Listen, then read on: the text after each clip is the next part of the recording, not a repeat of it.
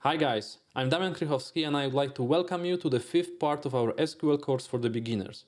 Today we are going to talk about nulls, but before that, let me introduce you to SQL Sandbox platform. SQL Sandbox is a platform to which you can find a link in the description below, which allows you to work with SQL without effort. Before we are going to start, we need to prepare our database. To do it, we need to scroll down. And today we are going to use basic delete exercises set.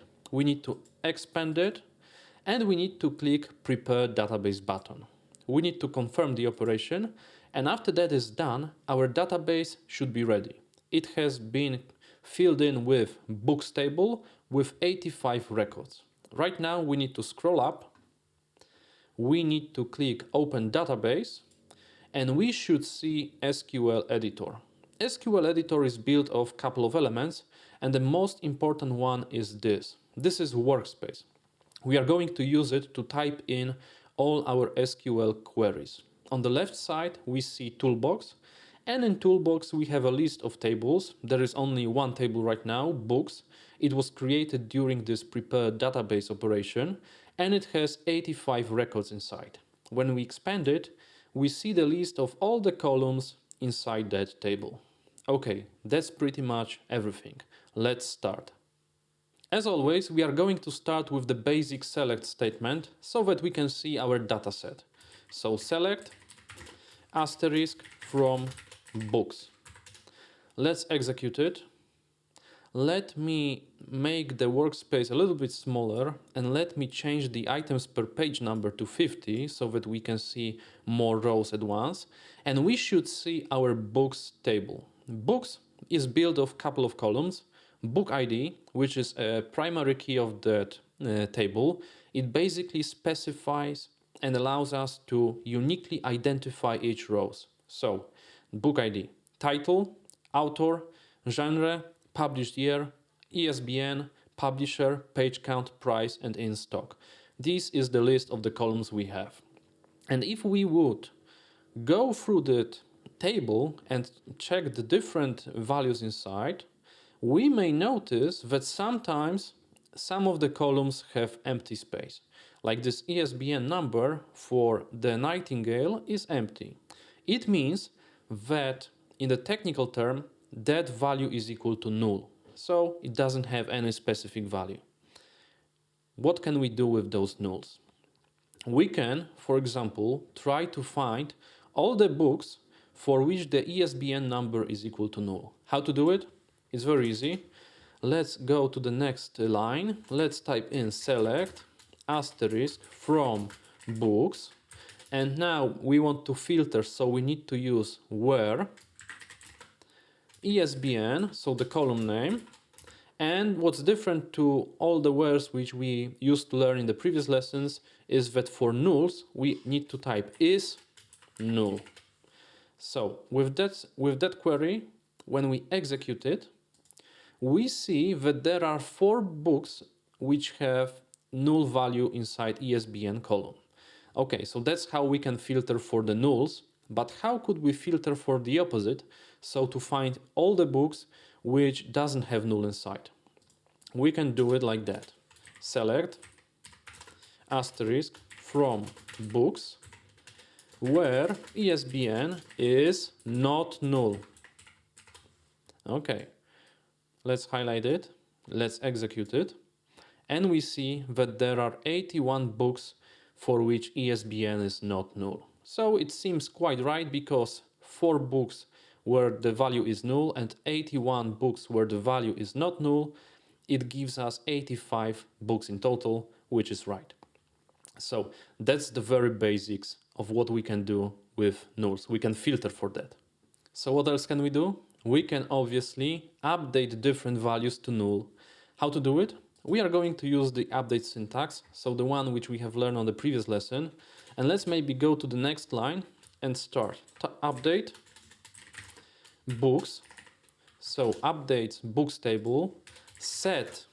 And let's say that we are going to change this ISBN number of To Kill a Mockingbird to null. So set ISBN is equal to null. And now very important part, where, because we don't want to, by accident, update all the ESBN in the table to nulls, we want to limit the scope of the operation only to the first row. So how to do it? We are going to obviously use where query. So where book ID is equal to 1. And when we execute it, we see that SQL query executed successfully. That's nice. And let's see if that works. We just need to get all the rows again. So execute it. And we see that yes, this statement has worked. ESBN for the first book is now null. That's nice. Can we update different columns to nulls? No problem. So maybe let's try to update page count right now. How to do it? We can do it in the same way as we updated ESBN. So we simply, maybe let's reuse that query. I will just modify this ESBN to the page count. And when I execute it, I see that it worked again. And let's try to select all the books from the table. And we see that right now To Kill a Mockingbird has empty ESBN and page count as well. Can we update different columns? Let's try to update title. Okay, so very simple operation. We just need to modify the page count column name into title. And when we execute it, we see that this time it has not worked. Why? Let's try to read the error message. SQLite constraint, not null constraint failed, books titled. What is this constraint? Constraint means the database has set some specific rules which doesn't allow us to set null into the specific columns.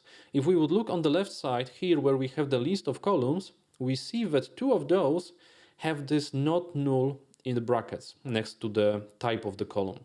It means that that column was created in such a way that would not allow us to put nulls in there. It wouldn't work either in insert operation or in update operations, and database makes sure that we are not allowed to set those values. They are simply required, and there is no way for us to change that. We see that other columns doesn't have this not null, and as we checked, we can easily change them to nulls. But what about this book ID? Book ID has this PK in here, which means primary key. Can we set it to null or not? Maybe let's try that in practice. So I will modify the title to book ID, and I will simply try to change book ID of a book which current ID is equal to 1. This is what that query should do. Let's try to highlight it. Let's execute it. And we see that we got a different error right now. SQLite mismatch, data type mismatch. What does it mean? It means that primary key is not allowed to be changed to null. That's quite reasonable because primary keys are there to uniquely identify the records, and by uniquely identify we mean that the values need to be unique and they cannot be null, so that's why we are not allowed to use null for that operation. Okay, that's good. Let's try to learn something more about nulls. During one of the previous lessons, we were talking about 2 operations, count and average. And we need to mention it again because they behave differently for sets which may contain nulls. Okay, let's try to see how that works. Let's open a new editor. So we need to click this plus button. And in here, let's start with selecting everything from the books table. So select asterisk from books. And let's execute it. And let's try to calculate how many rows we have inside the table. To do it, we can use the count operation. And the very basic example of count is like that. Select count. Now we open brackets, type in asterisk from books. How will that work? Let's try. Let's highlight it. Let's execute it. And we see that we have 85 rows. That seems correct. And let's try to count by a specific column because this is also allowed. So maybe let's start by counting for book ID. So select count. And now we type in the name of the column we want to use for counting. So book ID from books. When we execute it, we will see that we got the exact same result as previously. And that seems correct. And let's try to use a different column right now, a column which contains nulls for some of the records. How to do it? Let's use select, count, and we will use ESBN because we know that there are some records with nulls from books. And when we execute it, we will see 80. So that's something different. It's maybe a little bit counterintuitive, but let me explain it to you later on. And I will do one more count, this time by page count from books. Let's execute it. And now it's 84. So how does it work? Basically, count operation counts how many rows there are in the table. And we observe that it works perfectly well for the asterisk. It works perfectly well for book ID, but when we use ESBN and page count, we get different numbers. And it's very important to know because count actually, when the column is specified inside the brackets, it skips all the rows for which the value of the specific column, so in that case for ESBN and for that case for page count, is null. So that's why, because we have 5 items with ESBN equal to null, so that's why this operation returns 80. And we have 1 item for which page count is equal to null, so that's why this operation returns 84. That's how count works. We simply need to know it because we could get some unpleasant surprise if we would like, for example, get the number of all the rows, no matter of the value, if it's null or not, from the table, but we would use ESBN for that calculation. We should not do it, we just need to be aware of that. And the best idea is probably to use count asterisk. This is the safest and the easiest idea. Or if we know that we have some primary key in the table, and as we proved before, there may not be any nulls in the primary key column, so we can use it as well, so we can count by book ID and it gives the same result. Okay, the next one which we are going to talk about is the average. Let's try to use the average operator. But before that, let's select all the books from the table. And let's maybe try to calculate the average value of the page count for those 4 books at the beginning of our result sets. How to do it? We need to use the average operator. So let's try select, average, and now we need to open the brackets average, open the brackets and type in the name of the column we want to do the calculation for. So this is page count from books. And because we want to use only those 4 first items, we need to use where and specify those rows somehow. And I think the best way to do it is to use book ID with in operator. So book ID in, we open brackets and then we need to type in, separated by the commas, values for those records which we are looking for. So 1, 2, 3, 4. And when we execute that operation, we get the result.